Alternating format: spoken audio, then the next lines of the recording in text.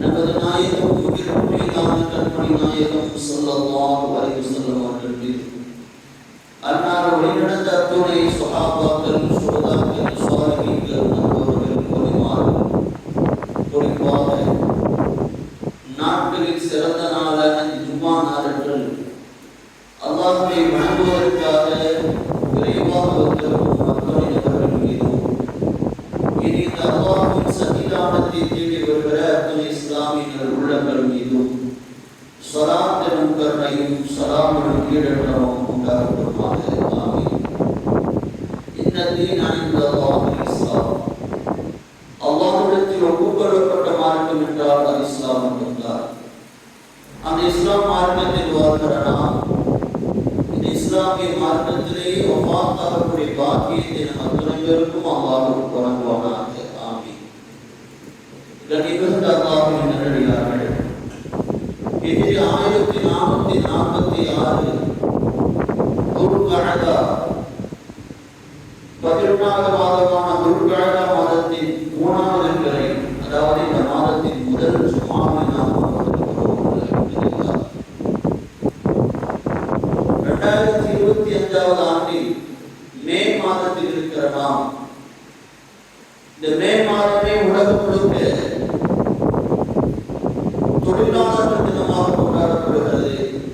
மே 1 international labour டே, உலக தொழிலாளர்கள் உழைப்பாளர்கள் தினம்.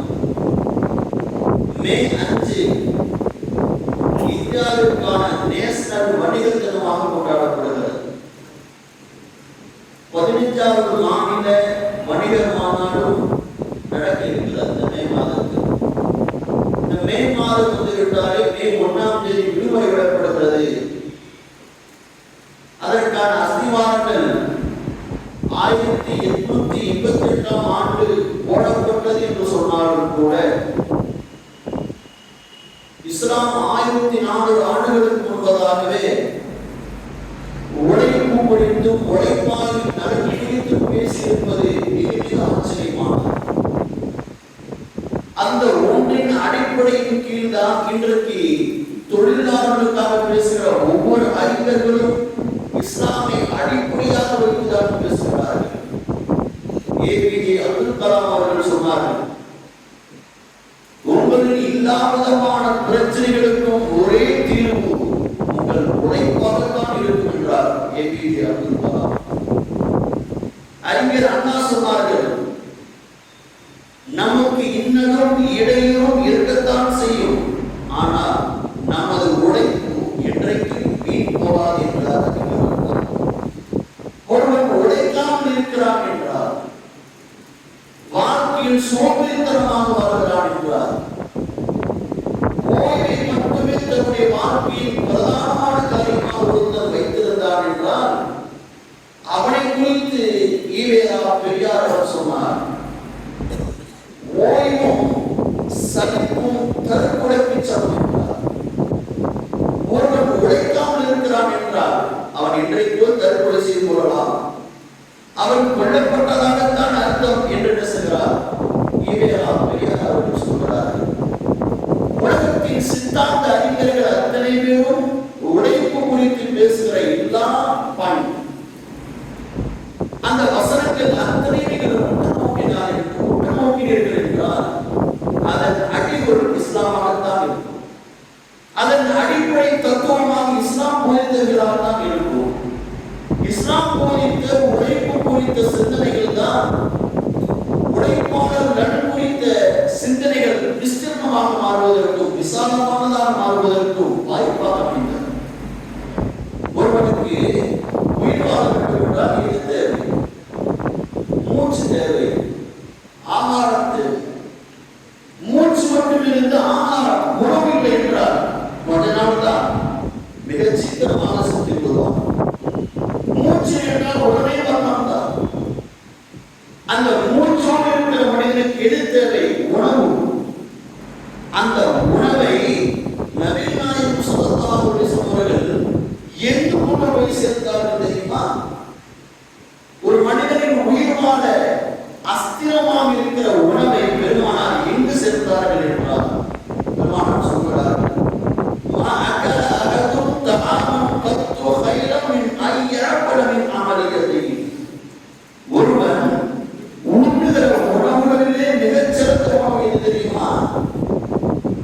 உழைத்து உண்பது என்றார்கள் நபிகள் நாயகம் ஸல்லல்லாஹு அலைஹி வஸல்லம். நீ உயிர் வாழ உணவு சாப்பிடுகிறாய், அந்த உணவுதான் உன்னை உயிரோடு இருக்க வைக்கிறது. நீ உயிரோடு இருப்பதற்கு உணவு காரணம். அந்த உணவில் எது சிறந்த உணவு தெரியுமா? நீ உழைத்து உண்பது என்றார்கள் நபிகள் நாயகம் ஸல்லல்லாஹு அலைஹி வஸல்லம். நீ உயிரோடு இருக்கிறாய் என்றால் உழைத்துதான், அதுதான் நீ உயிர் வாழ்வதற்கான அர்த்தம் என்கிறார்கள் பெருமானார் ஸல்லல்லாஹு அலைஹி வஸல்லம். அதைத்தான் அல்லாஹ் திருமறையில் சொல்கிறார், ஃபன்தஷிரு ஃபில் அர்த், பூமியில் பரவி சென்று அல்லாஹ்வுடைய பொருளாதார செல்வங்களை நீங்கள் தேடி என்ன செய்து கொள்ளுங்கள், சம்பாதித்துக் கொள்ளுங்கள் என்று அல்லாஹ் திருமறையிலே சொல்கிறார். நபிகள் நாயகம் ஸல்லல்லாஹு அலைஹி வஸல்லம் அவர்களுடைய இஸ்லாமிய ஆரம்ப காலகட்டம், இஸ்லாத்திற்கு நுழைந்தவர்கள் செல்வந்தர்களாக இருந்தார்கள். நுழைந்தவர்களில் அதிகமான பேர் ஏழைகள், பரம ஏழைகள், கைதிகள் நுழைந்தார்கள், பலவீனமான மக்கள் நுழைந்தார்கள். ஆனால் அந்த மக்களுக்கு யாசகத்தை பெருமானார் சொல்லித் தரவில்லை. ஏழைகள் இஸ்லாத்தில் நுழைந்தார்கள், பரம ஏழைகள் நுழைந்தார்கள், பலவீனமான மக்கள் நுழைந்தார்கள். அந்த மக்களுக்கு நபிகள் நாயகம் ஸல்லல்லாஹு அலைஹி வஸல்லம் யாசகத்தை சொல்லித் தரவில்லை. என்ன சொன்னார்கள் தெரியுமா? நபிகள் நாயகம் ஸல்லல்லாஹு அலைஹி வஸல்லம் சொன்னார்கள், ஒருவன் அல்லதி நஃப்ஸி பியதிஹி லிஐ யஹ்வ அஹதுக்கும் ஹப்லஹு ஃபயஹ்ததிப அலா கதரி கைஹுல்லா, ஒரு மனிதர் யாரிடமாவது சென்று ஏதாவது ஒன்றை கேட்பதை விட எது சிறந்தது தெரியுமா? ஒரு கையை ஒரு கோடாரியை எடுத்து முதுகில் போட்டுக்கொண்டு காட்டுக்கு சென்று விறகு வெட்டி அதன் மூலமாக ஒருவன் முன்ன வாழ்கிறான் என்றார், உழைக்கிறான் என்றார், அதுதான் மிகச் சிறந்தது என்றார்கள். பலவீனமான மக்களுக்கும் ஏழைகளுக்கும் இணை பெருமானார் போதித்தார்கள். உழைத்து உண்பதை அஸ்திரமாக நீங்கள் ஏழைகள் தான், பரம ஏழைகள் தான், ஆனால் யாசகம் கேட்காதீர்கள், யாசகம் யாரும் கேட்காதீர்கள். ஒரு கையோ ஒரு கோடாரி எடுத்து நீங்கள் காட்டுக்கு சென்று பிறகு வெட்டி அதன் மூலமாக உண்ணுங்கள், உழைத்து உண்ணுங்கள் என்றார்கள் நபிகள் நாயகம் ஸல்லல்லாஹு அலைஹி வஸல்லம். அதை தன் அடையாளமாகவே பெருமானார் பிரபலப்படுத்தினார். நபிகள் தான் இறைவனின் தூதர்கள், இஸ்லாத்தை எடுத்து சொல்ல வந்தவர்கள், அல்லாஹ்வை சொல்ல வந்தவர்கள். அதனால் அல்லாஹ் அவர்களுக்கு இலவசமாக இன்னொருத்தையும் தரவில்லை. இவர் தன் தூதர், இவர் இஸ்லாத்தை போதிக்க வேண்டும், அல்லாஹ்வை பற்றி போதிக்க வேண்டும். அதனால் உணவை வானத்திலிருந்து அல்லாஹ் இறக்கவில்லை. என்னுடைய இறைவனின் தூதராகின்றே பூமியிலிருந்து பிறந்த உணவு அந்த நபி தூதர்களுக்கு அல்லாஹ் கொடுக்கவில்லை. அவர்களுக்கும் அல்லாஹ் என்று சொன்னான் என்றார், உழையுங்கள். நீங்கள் இறைவனின் தூதர் அல்லவா, நீங்கள் உழைத்து உண்ணுங்கள். எல்லா நபிமார்களும் உழைத்து உண்பார்கள். ஒரு நேரம் பெருமானார் ஸல்லல்லாஹு அலைஹி வஸல்லம் அவர்கள் மதீனாவின் தோட்டப் பகுதிக்கு சென்றார். அப்பொழுது ஆடுகளுக்கு பழங்களை பறித்து போட்டுக் கொண்டிருந்தார்கள் சஹாபிகள். ஜாபீர் என்று அறிவிக்கிறார்கள், நானும் சில தோழர்களும் மரத்தில் இருந்தோம், மிஸ்வாக் மரத்தில் இருந்தோம். அந்த மிஸ்வாக் மரத்தில் கருப்பு பழங்கள் இருக்கும். நாங்கள் அந்த கருப்பு பழங்களை விட்டுவிட்டு பழுக்காத காய்களை பறித்து கொண்டிருந்தோம். பறித்து எங்களுடைய ஆடுகளுக்கு போட்டுக் கொண்டிருந்தோம். நபிகள் அந்த நேரம் வந்தார்கள், அதை பார்த்தார்கள், சொன்னார்கள், ஜாபீரே, ஆடுகளுக்கு அந்த கருப்பாக இருக்கிற பழம் தான் பிடிக்கும், அதனால் அந்த ஆடுகளுக்கு அந்த கருப்பு பழங்களை எடுத்து போடுங்கள். சஹாபிகளுக்கெல்லாம் ஆச்சரியம். கேட்டார்கள் ரசூலுல்லாஹி, அகுன்த தர்அல் கனம், நீங்கள் ஆடுகளை வளர்த்துள்ளீர்களா ரசூலுல்லாஹ் அவர்களே, அல்லாஹ் தூதரவர்களே, ஆடுகளை வளர்த்துள்ளீர்களா? இப்படி சரியாக சொல்கிறீர்கள். அப்ப நாயகம் ஸல்லல்லாஹு அலைஹி வஸல்லம் சொன்னார்கள், நாம் ஆடுகளை வளர்த்திருக்கிறேன், ஆடுகளை வளர்ப்பதை தொழிலாக வைத்திருக்கிறேன். எல்லா நபிமார்களும் ஆடுகளை மேய்த்தார்கள், ஆடு மேய்ப்பதை தொழிலாக கொண்டார்கள் என்று அண்ணல் பெருமான் ஸல்லல்லாஹு அலைஹி வஸல்லம் சொன்னார். அப்போ ஒருவர் இஸ்லாத்தை எடுத்து சொல்ல வந்தவர், இந்த மார்க்கத்தை சொல்ல வந்தவர், அவருக்கு இறைவன் இலவசமாக இல்லாமல் தரவில்லை. அற்புதங்களை நிகழ்த்தி அவருடைய வாழ்வாதாரத்திற்கு தேவையானதை அல்லாஹ் கொடுக்கவில்லை. அந்த இறைவன் இறைவனின் தூதர்களுக்கு என்ன கட்டளை தெரியுமா? உழைப்பு. நபி ஆதம் அலைஹிஸ்ஸலாம், இப்ராஹிம் அலைஹிஸ்ஸலாம், யஸா அலைஹிஸ்ஸலாம் விவசாயம் செய்தார்கள். லூத் அலைஹிஸ்ஸலாம் விவசாயம் செய்தார்கள். சாலிஹ் அலைஹிஸ்ஸலாம், முஹம்மது அலைஹிஸ்ஸலாம் அவர்கள் வியாபாரம் செய்தார்கள். ஜக்கரியா அலைஹிஸ்ஸலாம், உமர் அலைஹிஸ்ஸலாம் அவர்கள் தச்சு தொழில் மர வியாபாரத்தை செய்தார்கள். நூஹ் அலைஹிஸ்ஸலாம் அவர்களும் ஜக்கரியா அலைஹிஸ்ஸலாம் அவர்களும், மூசா அலைஹிஸ்ஸலாம், லுக்மான் அலைஹிஸ்ஸலாம், சுஐப் அலைஹிஸ்ஸலாம், யாக்கூப் அலைஹிஸ்ஸலாம், நபி முஹம்மது ஸல்லல்லாஹு அலைஹி வஸல்லம் அத்தனை பேரும் ஆடுகளை வைத்தார்கள். ஆடுகள் மேய்ப்பதை தொழிலாக கொண்டார்கள் நபிமார்கள். அதை பெருமானார் சொல்லி நானும் ஒரு தொழில் செய்திருக்கிறேன். என் ஆரம்ப காலத்தில் நான் ஆடுகளை மேய்த்து வியாபாரங்கள் செய்து அதன் மூலமாக தான் உழைத்து உண்டேன் என்றார்கள் பெருமானார் ஸல்லல்லாஹு அலைஹி வஸல்லம். இஸ்லாம் உழைப்பை எந்த அளவுக்கு ஒரு முஸ்லிமுக்கு அடிப்படையாக ஆக்குகிறது என்று பாருங்கள். உழைப்பை உணவுக்கு அஸ்திவாரமாக ஆக்கினார்கள் பெருமானார் ஸல்லல்லாஹு அலைஹி வஸல்லம். ஒரு நேரம் ஒரு சஹாபி ரசூலுல்லாஹி வந்து யாசகத்தை கேட்டுக்கொண்டே இருந்தார். அதிக முறை கேட்டு வாங்கி போனார். எப்பெல்லாம் அவருக்கு தேவைப்படுதோ நேரம் பெருமானார் வருவார். ரசூலுல்லாஹ் ஒரு 2 தினம் கொடுங்க, 1 தினம் கொடுங்க, அப்படி யாசகம் கேட்டு வாங்கி போவார். இதை பெருமானார் பலமுறை பண்ணினார்கள். ஒரு முறை யாசகம் கேட்க அவர் வந்தார். அவர் அன்சாரி சஹாபி வந்தார். வந்தவரிடம் பெருமானார் ஸல்லல்லாஹு அலைஹி வஸல்லம் கேட்டார்கள், அமாஃபி பைத்திக் ஷை, உன் வீட்டில் என்னதான் இருக்கு? தினமும் யாசகம் கேட்கிறீங்க, உன் வீட்டில் என்ன இருக்கு? அப்ப அவர் சொன்னார், என் வீட்டில் ஒன்றுமே இல்லை, 2 தோல் இருக்கிறது. ஒன்று ஒரு போர்வை இருக்கிறது, அதை 2ஆக பிரித்து ஒன்றை நான் உடுத்திக் கொள்கிறேன், இன்னொன்று படுப்பதற்கு பாயாக உடுத்திக் கொள்கிறேன். இது ஒரு வீடு. இன்னொன்று தண்ணீர் குடிப்பதற்காக ஒரு கணவன் ஒரு பாத்திரம் இருக்கிறார். ஒரு பாத்திரம் ஒரு வீடு. இந்த 2 தான் இருக்கிற ரசூலுல்லாஹ் சொன்னார்கள், அந்த 2ஐயும் எடுத்துட்டு வா. அந்த 2ஐயும் எடுத்து கொண்டு போனார் பெருமானாரிடம். பெருமானாருடைய அவையிலே அந்த 2ம் கொண்டு வரப்பட்டது. அந்த 2ஐயும் எடுத்து காட்டினார்கள் ஸல்லல்லாஹு அலைஹி வஸல்லம். ஒரு பாத்திரம் ஒரு வீடு. 2ஐயும் தூக்கி காட்டி சஹாபியிடம் கேட்டார்கள், அருமை தோழர்களே, இந்த 2ஐ நான் ஏலத்திற்கு விடுகிறேன், இந்த 2ஐ யார் வாங்கிக் கொள்வீர்கள்? ஒரு சஹாபி தெரிவித்தார், 1 தினம் கொடுக்கிறேன், அந்த 2ஐ கொடுங்க அப்படின்னார். ரசூலுல்லாஹ் மீண்டும் அறிவிப்பு செய்தார்கள், இந்த 2ஐ இருக்கிறேன், யார் வாங்குகிறீர்கள்? ஒருவர் 1 தினம் சொன்னாரா இல்லையா?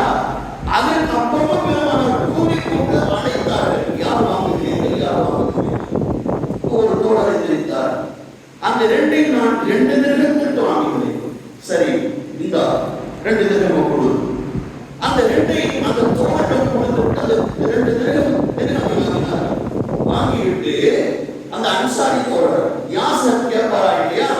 அவர்கிட்ட நபி நாயகம் ஸல்லல்லாஹு அலைஹி வஸல்லம் சொன்னார்கள், இந்த 2 திரகம்ல 1 திரகத்தை உணவுக்காக வைத்துக்கொள், இன்னொரு திரகம் நேரா மார்க்கெட்டுக்கு போ, சந்தைக்கு போ, சந்தைக்கு போய் ஒரு கோடாரியை வாங்கிட்டு வா, ஒரு கோடாரியை வாங்கிட்டு வா. அவர் நேராக சென்றார். ஒன்றை உணவுக்காக வைத்துக் கொண்டார், 1 திரகமை. இன்னொரு திரகமாக ஒரு கோடாரியை வாங்கினார். வாங்கி கொண்டு நேராக பெருமானாருடைய சபைக்கு வந்தார். பெருமானார் ஸல்லல்லாஹு அலைஹி வஸல்லம் அந்த கோடாரியை வாங்கி பிடித்து அந்த இருப்பு அந்த மரக்கட்டையோடு சரியாக பொருந்திருக்கிறதா என்று பார்த்தார்கள். கொஞ்சம் முழுசாக இருக்கு. ஒரு கையில் கொண்டு வர சொன்னார். கையில் கொண்டு வந்து அதை கட்டார். இதனை யார் செய்ததுங்க? சமுதாயத்தின் தலைவராக இருந்த முஹம்மது ஸல்லல்லாஹு அலைஹி வஸல்லம் செய்தார்கள். ஒரு கயிற்றை கொண்டு அந்த மரக்கட்டையும் அந்த கோடாரி இரும்பையும் சேர்த்து நன்றாக கட்டுகிறார்கள். கட்டை விட்டு சொல்கிறார்கள், இப்படி இதெல்லாம் நேராக காட்டுக்கு செல், விறகு வெட்டு, வெட்டிய விறகுகளை விற்றுவார்.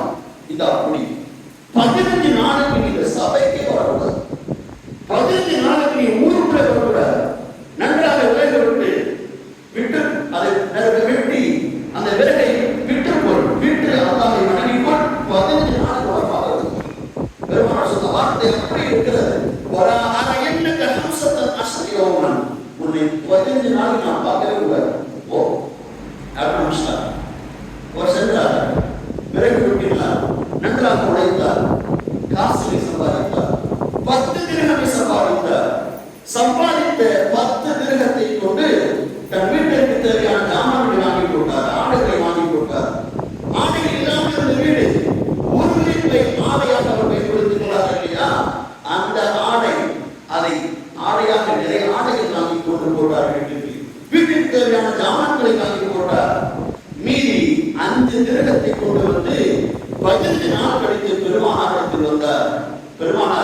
அவருடைய தோற்றத்தை பார்க்கிறார்கள். அழகான ஆடை கொடுத்திருக்கிறார், அழகான ஆடை கொடுத்திருக்கிறார், எண்ணெய் கொண்டு தலையை நன்றாக வாரி இருக்கிறார். முகத்தை பார்க்கிறார்கள், பல வருடங்கள்.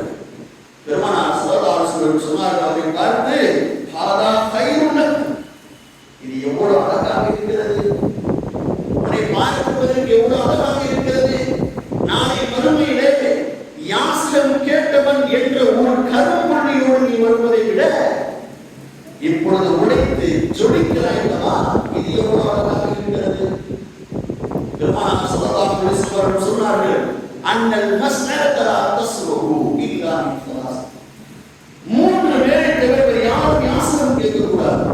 ஒன்று வறுமை ஏழை, இன்னொருவர் வறுமையான கடுமையான கடனுக்கு சொந்தக்காரர், இன்னொன்று கொலைக்கு நஷ்டஈடு கொடுக்கப்படக்கூடியவர், கொலைக்கு நஷ்டஈடு கொடுப்பவர்.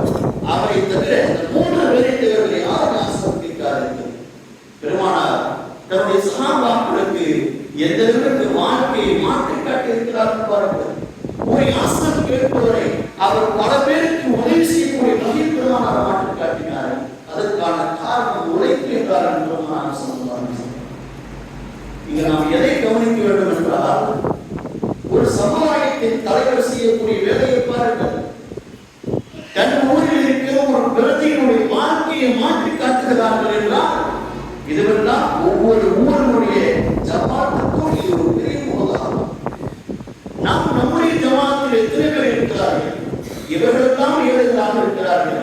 யாருக்கு கடன் போட இருக்கிறது, யாருக்கு என்ன தேவை இருக்கிறது என்பதை அறிந்து வைக்க வேண்டிய பொறுப்பும் கட்டாயமும் ஒவ்வொரு ஊரின் இஸ்லாமிய ஜமாத்துக்கு இருக்கிறது. இதைத்தான் அன்றைக்கு இறுதியாக பெருமானார் செய்தி காட்டியிருக்கிறார்கள். ஒரு யாசகம் கேட்கிற ஒரு நபரை அவர் கொடுக்கும் ரேஞ்சில் மாற்றி காட்டினார்கள் என்றால், நாம் நம்முடைய பொறுப்பை நாம் பார்த்துக் கொள்ள வேண்டும்.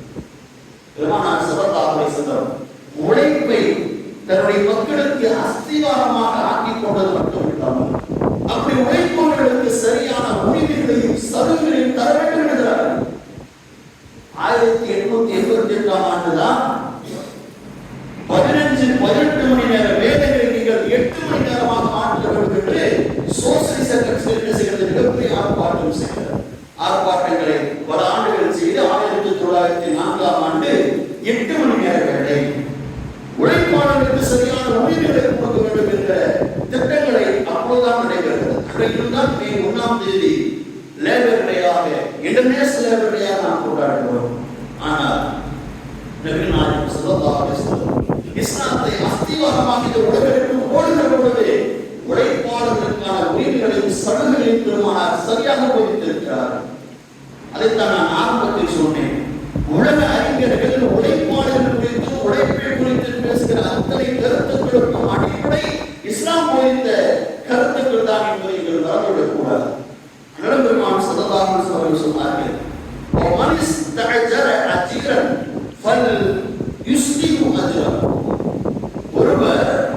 ஒருவருக்கு ஒரு வேலை கொடுக்கிறார் என்றால், ஒருவர் வேலை கொடுக்கிறார் என்றால் முதலில் அவருக்கான கூலியை தீர்மானித்து விட்டு அதை அறிவித்து விட்டு வேலை கொடுக்கப்படுகிறார் என்று பெருமானார் ஸல்லல்லாஹு அலைஹி வஸல்லம் 1400 ஆண்டுகளுக்கு முன்பதாக இப்படிப்பட்ட கருத்துக்களை பெருமானார் சொல்லியிருக்கிறார் என்றார்கள்.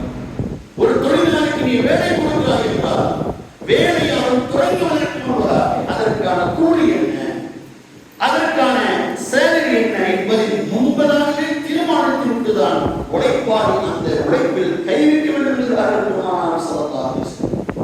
அந்த பொண்ணு இல்லாமல் போனதின் பல நஷ்டங்களை இந்த சமூகம், இந்த உலகம் சந்தித்துக் கொண்டுதான் இருக்கிறது. இப்படிப்பட்ட அருமையான போதனைகள் 1400 ஆண்டுகளுக்கு முன்பதே சொல்லப்பட்டிருக்கிறது என்பார்கள். அடுத்து பெருமானார் சொன்னார்கள், அப்படி உழைப்பாளிக்கு இந்த கூலி என்று தீர்மானித்து விட்டு வேலையை கொடுங்கள். அப்படி அவர் வேலையை செய்து முடித்து விட்டாரா, பெருமானார் சொன்னார்கள்,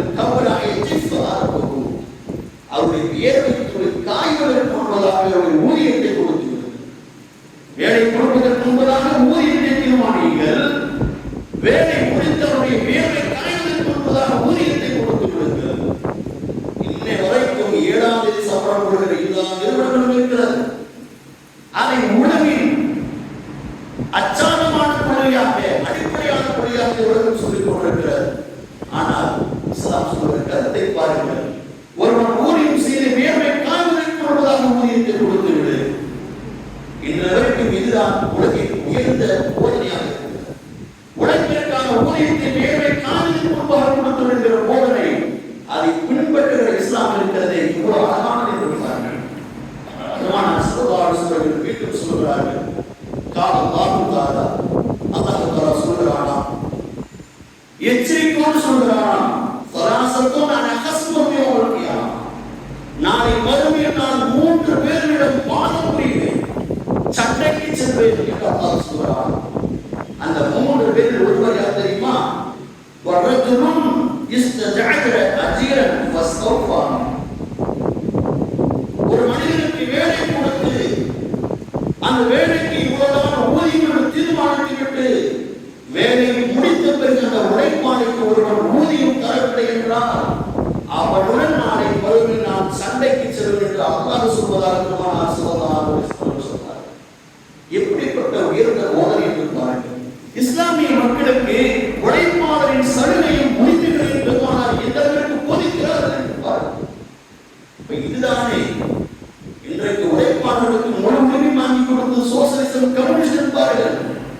அந்த 2க்கு மேலாக இஸ்லாம் என்பதை நாம் புரிந்து கொள்ள வேண்டும்.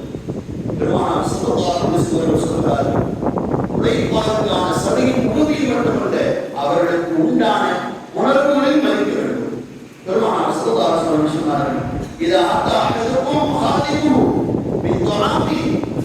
உங்க வீட்டில் வேலை செய்ய ஒரு பணியார், ஒரு வேலைக்காரர் உணவுகளை தயாரித்து விட்டு அந்த உணவுகளை உங்களுக்கு கொடுப்பதற்காக, நீங்கள் உண்பதற்காக எடுத்து வருகிறார் என்றால் அவரை உங்களுடைய மேஜைக்கு அருகாமல் உட்கார வைங்கள், உங்களுக்கு அருகாமல் உட்கார வைங்கள். உட்கார வைத்து விட்டு அவரை நீங்கள் சாப்பிட சொல்லுங்கள். இல்லை, அது செய்ய முடியவில்லை என்றாலும் சரி, அவர் என்ன உணவு தயாரித்தாரோ அந்த உணவிலிருந்து அவருக்கு தேவையானதை நீங்கள் தாராளமாக கொடுங்கள். அதுதான் உங்களுக்கு மிகச் சிறந்தது. இறைவனின் கூலியை பெற்றுத் தருகிறார்கள். இன்று வரைக்கும் இந்த கோட்பாட்டை பின்பற்றாத நிறுவனங்கள் எவ்வளவு இருக்கிறது? எத்தனையோ ஆட்கள் முதலாளிகள் இருக்கிறார்கள். பெருமானார் எவ்வளவு உணர்வுகளுக்கு, உழைப்பாளரின் உணர்வுகளுக்கு மதிப்பு கொடுக்கிறார்கள் பாருங்கள். இதைதான் சுரேஷ் சொல்றாங்க, அந்த உணவை செஞ்சதே அவர் தான், அந்த உணவை செஞ்சதே அந்த பணியாளர் தான். முடிந்தால் அவருக்கு அந்த அறியாமல் உட்கார்ந்து உணவு கொடுங்கள். இல்லை என்றால் அவர் என்ன சமைத்தாரோ, உங்களுக்கு என்ன சமைத்தாரோ அதிலிருந்து பாதியை நீங்கள் கொடுங்கள் என்கிறார்கள் பெருமானார் ஸல்லல்லாஹு அலைஹி வஸல்லம். உழைப்பாளர்கள் தனி சாப்பாடு, வேலையாளர்களுக்கு தனி ஒரு மரியாதை, அவர்களுக்கு ஒரு தனியான பாத்திரங்கள் என்று பிரிக்காமல் அவர்களுக்கான முழு உரிமையும் சலுகை மட்டுமல்ல, அவர்களுக்கு இருக்கிற உணர்வுகளையும் மதியுங்கள் என்கிறார்கள் பெருமானார் ஸல்லல்லாஹு அலைஹி வஸல்லம்.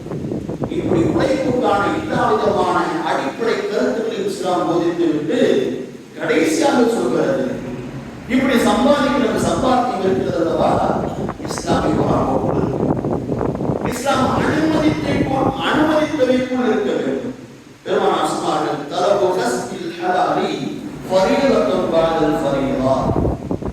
கடமையான 5 கடமைகள் இருக்கிறதா இஸ்லாத்தின் கடமைகள். அந்த 5 கடமைகளுக்கு பிறகு எது கடமை தெரியுமா? ஹலாலான முறையில் ஒருவர் சம்பாதிப்பது என்றார்கள் பெருமானார் ஸல்லல்லாஹு அலைஹி வஸல்லம். ஹலாலான முறையில் ஒருவர் சம்பாதிக்கிறார் என்றால் ஃபர்துக்கு அடுத்தபடியான ஃபர்தான செய்தியை அவர் செய்கிறார் என்றார்கள் பெருமானார் ஸல்லல்லாஹு அலைஹி வஸல்லம். நாம் உழைப்பு கடுமையாக இருக்க வேண்டும், கடுமையாக உழைக்க வேண்டும். ஓய்வும் சலிப்பும் தற்கொலைக்கு சமர்ப்பிக்கிறார் இல்லையா? எந்த அளவிற்கு உழைக்கிறோம் இஸ்லாமியர்கள், அந்த உழைப்பில் எது இருக்க வேண்டும்? ஹராம் இருக்க வேண்டும். ஹராமான முறையில் நாம் எந்த ஒரு சம்பாத்தியத்தையும் ஈட்டக்கூடாது. நாம் சம்பாதிக்கிற எந்த பணமாக இருந்தாலும் அது ஹலாலான முறையில் இருக்க வேண்டும். அந்த ஹலாலான முறையில் இருக்கிற அந்த உழைப்பு இருக்கிறதா, அந்த உழைப்பு மறுமைக்கான உழைப்பு என்பது இஸ்லாம். அது மறுமைக்கான உழைப்பு. பெருமானார் சொன்னார்கள், லா யதுகுலுல் ஜன்னத லஹ்முன் நபதன் மினஸ் சுபஹ். ஹராமான வழியில் சம்பாதித்து அதன் மூலமாக வளர்கிற உணவுகள் அது சொர்க்கம் செல்லாது என்றார்கள் பெருமானார் ஸல்லல்லாஹு அலைஹி வஸல்லம். ஹராமான முறையில் சம்பாதித்து அதால் வளரப்படுகிற உணவுகள் அது சொர்க்கத்திற்கு செல்லாது, அது நரகத்திற்கு தான் செல்லும், அது நரகத்திற்கு தான் ஏற்றமான உடல் என்கிறார்கள் பெருமானார் ஸல்லல்லாஹு அலைஹி வஸல்லம். கடுமையாக உழைக்க வேண்டும். அது இன்மைக்கான உழைப்பு என்றால் அந்த இன்மைக்கான உழைப்போடு ஹலாலான முறையில் வாழ்ந்தீர்கள் என்றால், சம்பாதித்தீர்கள் என்றால் அது மறுமைக்கான உழைப்பாக மாறுகிறது. ஹராமான வழியில் நீங்கள் சம்பாதித்தீர்கள் என்றால் அது இன்மைக்கான உழைப்பு. ஹராமான முறையில் நீங்கள்